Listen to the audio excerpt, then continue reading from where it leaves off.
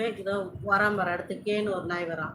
ஏன்டா உனக்கெல்லாம் உங்க ஆத்தா பேரே வைக்கலடா உன்ன. அப்புறம் அது வர நீ கேட்கறத அப்படியே திருப்பி கேட்டா என்னடா பண்ணுவ? எங்க ராஜா நாயே, உனக்கும் ஃபேக் ஐடி நீயும் எப்படியும் உன் பேரா இருக்காது. வணக்கம் ஏகே. அதுவும் உன் பேரா இருக்காது. அது நல்லாவே எனக்கு தெரியும்.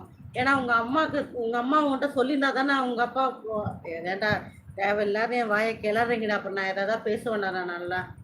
நான் சொல்லிட்டேன்.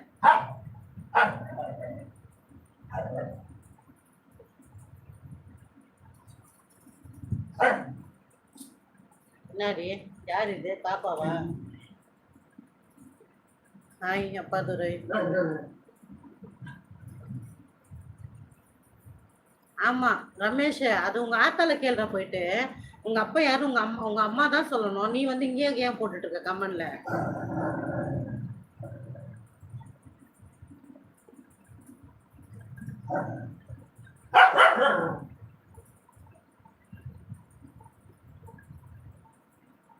Hi Aravind.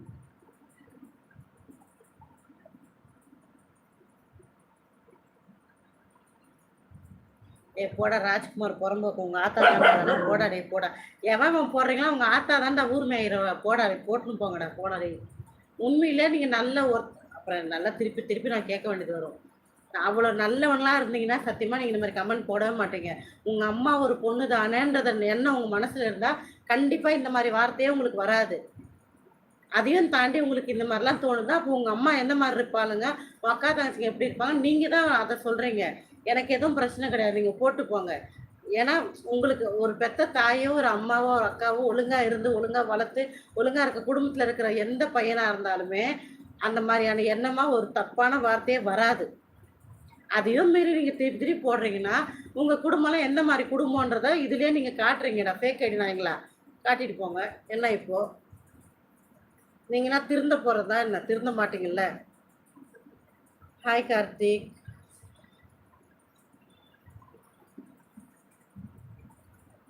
Sitharaman brother hi.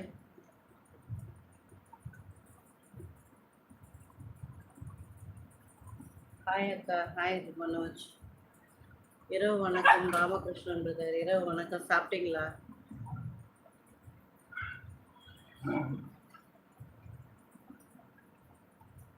Hi Dhanasekar brother. Hello.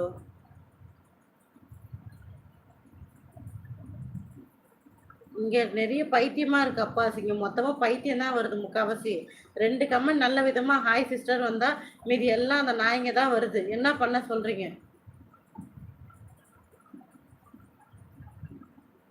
ஏன்டா மணி புறம்போக்கு அதை நீ ஏன்டா சொல்ற? உங்க அப்பா வீட்டு காசுல ஏடா வாங்கி கொடுத்துருக்கேன் எனக்கு போனு. நான் லைவை மூட்டு போறதுக்கு நீ மூட்டு போடா புறம்போக்கு. ஏன்டா என் லைவ்ல வந்து கமெண்ட் பண்ற? ஏன்டா அதை நீ எப்படா சொல்லுவ எனக்கு?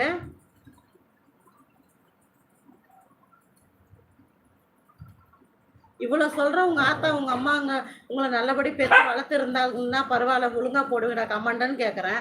அப்ப கூட உங்க கட்டைங்க உரைக்கல. உங்களுக்கு எல்லாம் ரத்தமே ஓடலடா. காவா தண்ணி ஓடுது. சரியில்லை, வேற ஒன்றும் இல்லை. எவன்லாம் ஃபேக் ஐடியில் வந்து இந்த மாதிரிலாம் கமெண்ட் பண்ணுறானோ அவன் ஐடி அப்படியே இது ஸ்க்ரீன்ஷாட் எடுத்துட்டு அப்படியே கம்ப்ளைண்ட் கொடுத்து அதை கரெக்டாக அந்த அது என்னது கியூஆர் கோடா அந்த மாதிரி கோடு வர மாதிரி இருந்துன்னு வச்சுக்கலாம். ஒருத்தனையும் பிடிச்சி வச்சு நல்லா நசுக்குவாங்க உள்ளே வச்சு. லைஃப்ல யாருக்கிட்டையும் அந்த மாதிரி தப்பா இந்த லைவ் அந்த லைவ் இல்லை, எந்த லைவ்லையுமே நீங்கள் போய் இந்த மாதிரி தப்பாக பண்ண மாட்டீங்க. உங்களுக்குலாம் தைரியம் இலக்கண்ண. அதனால தான் இப்படி வரீங்க. 50 ஐடி ஓப்பன் பண்ணி வரீங்க.